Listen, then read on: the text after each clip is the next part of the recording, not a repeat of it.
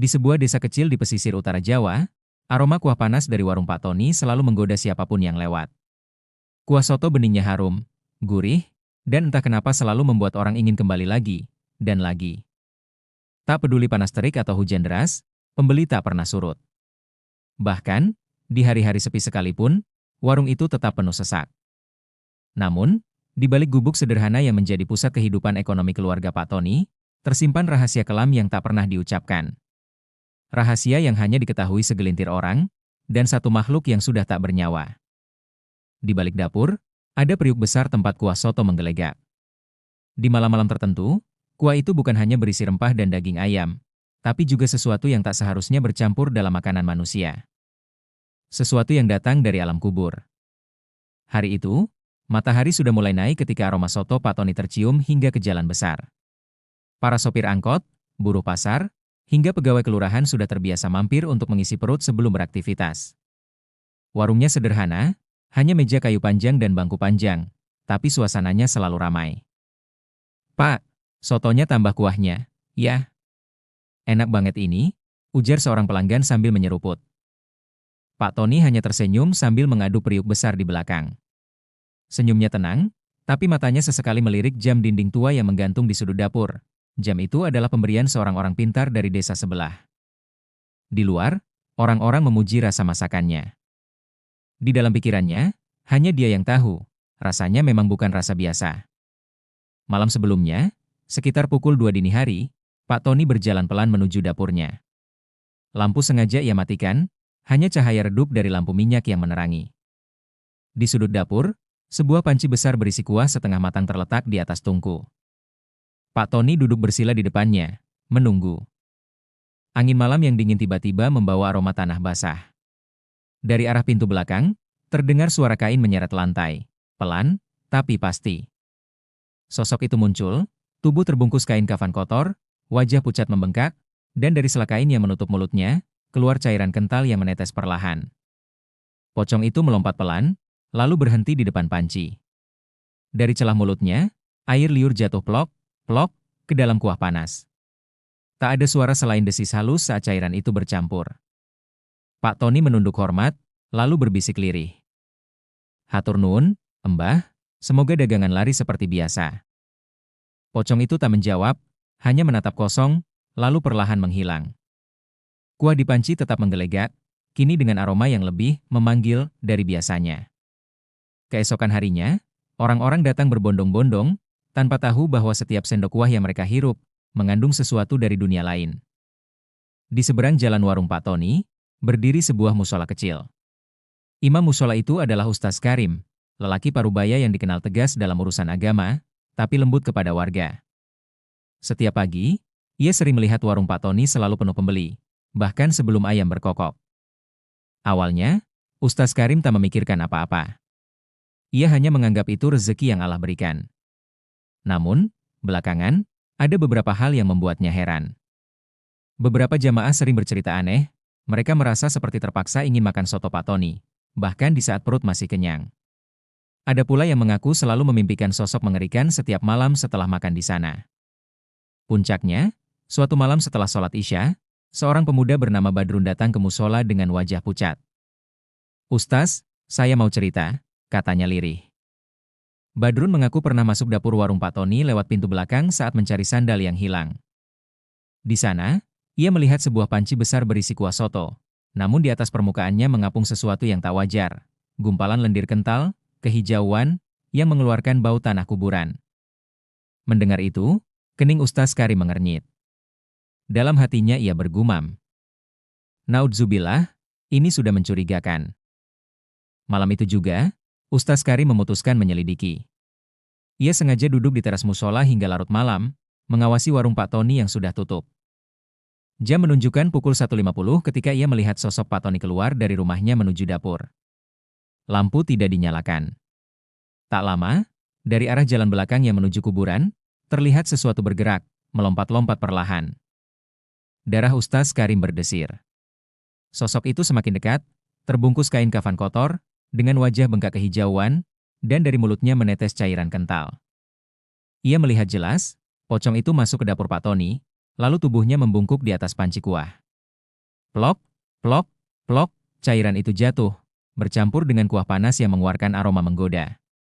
Ustaz Karim segera membaca ta'awudz dan ayat kursi, lalu memutuskan esok harinya ia harus menemui Pak Tony.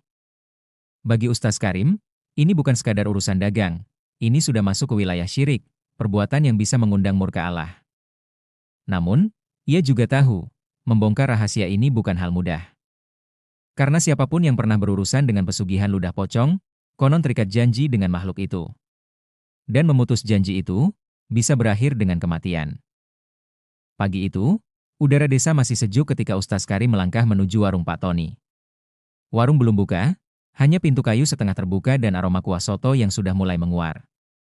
Pak Tony sedang duduk di bangku panjang, mengiris daun seledri. Wajahnya terlihat pucat, seperti tak tidur semalaman.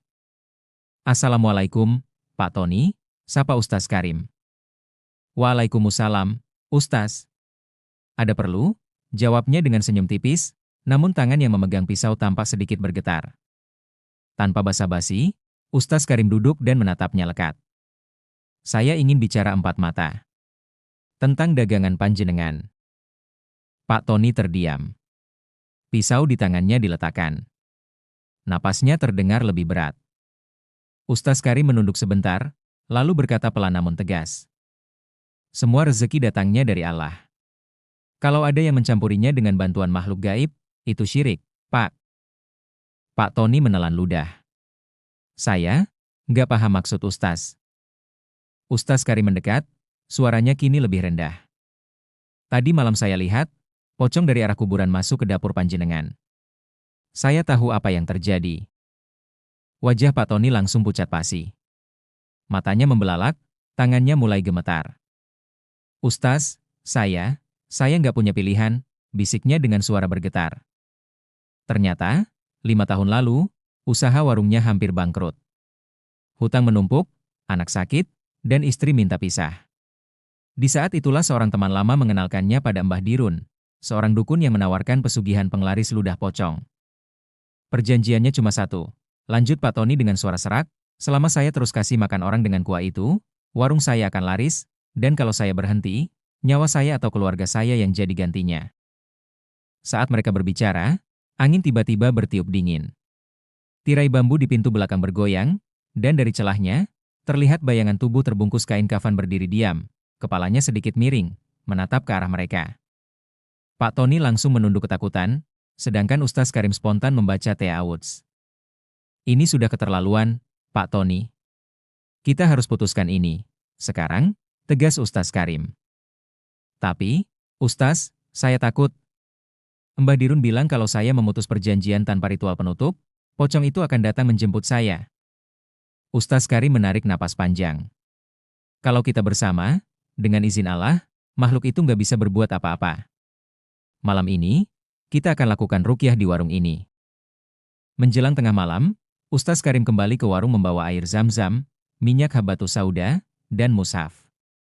Beberapa jamaah muda ia ajak untuk menemani. Pak Tony duduk di sudut, wajahnya pucat pasi, sementara panci kuah soto masih menggelegak di tungku. Ustaz Karim memulai dengan membaca Al-Fatihah, lalu ayat kursi.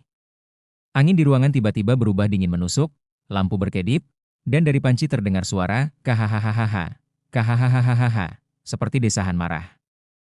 Tiba-tiba, panci itu bergetar, kuahnya memercik ke lantai, dan dari pintu belakang, pocong itu melompat masuk dengan mata merah menyala.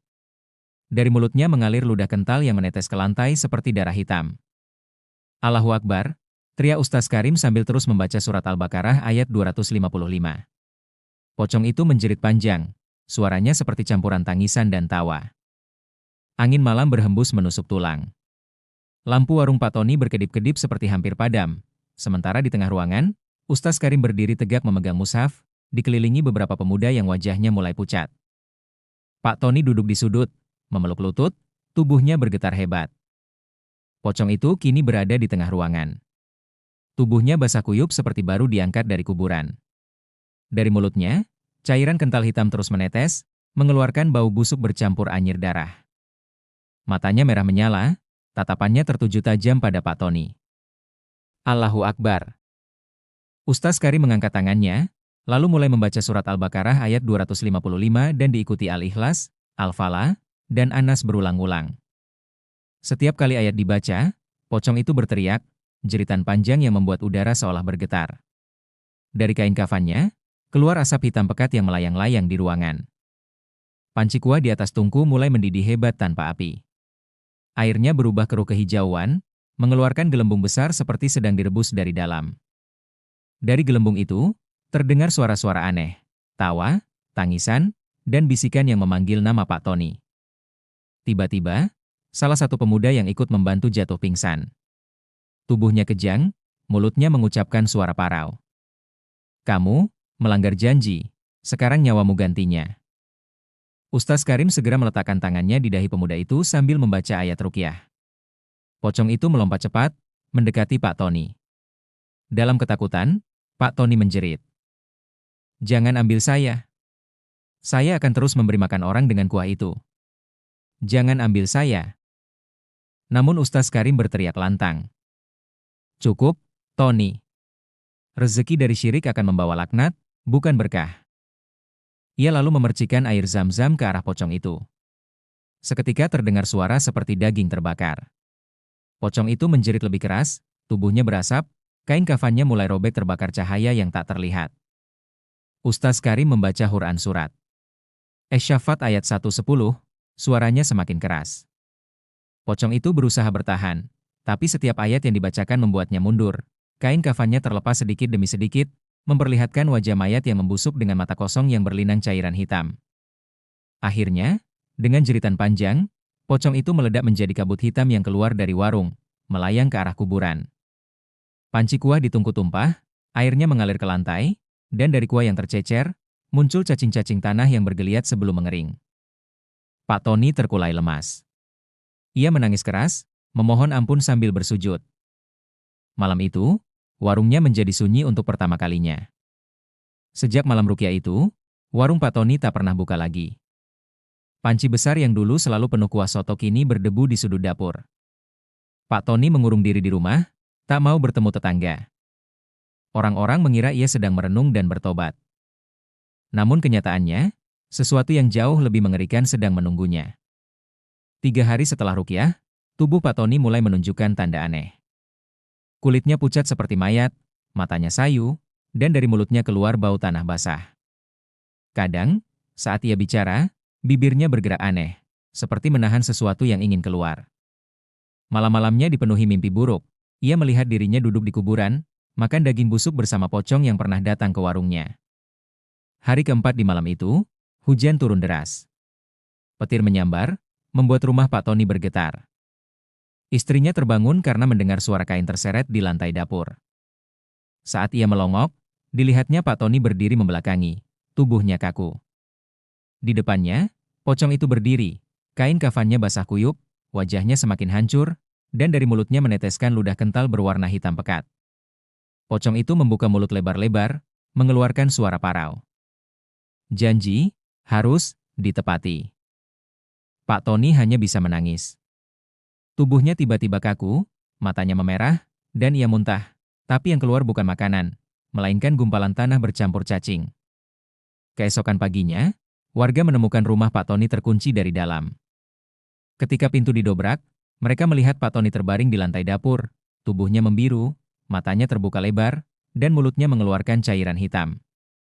Di dekatnya, panci tua yang dulu dipakai untuk kuah soto tergeletak, berisi air berwarna gelap yang berbau busuk.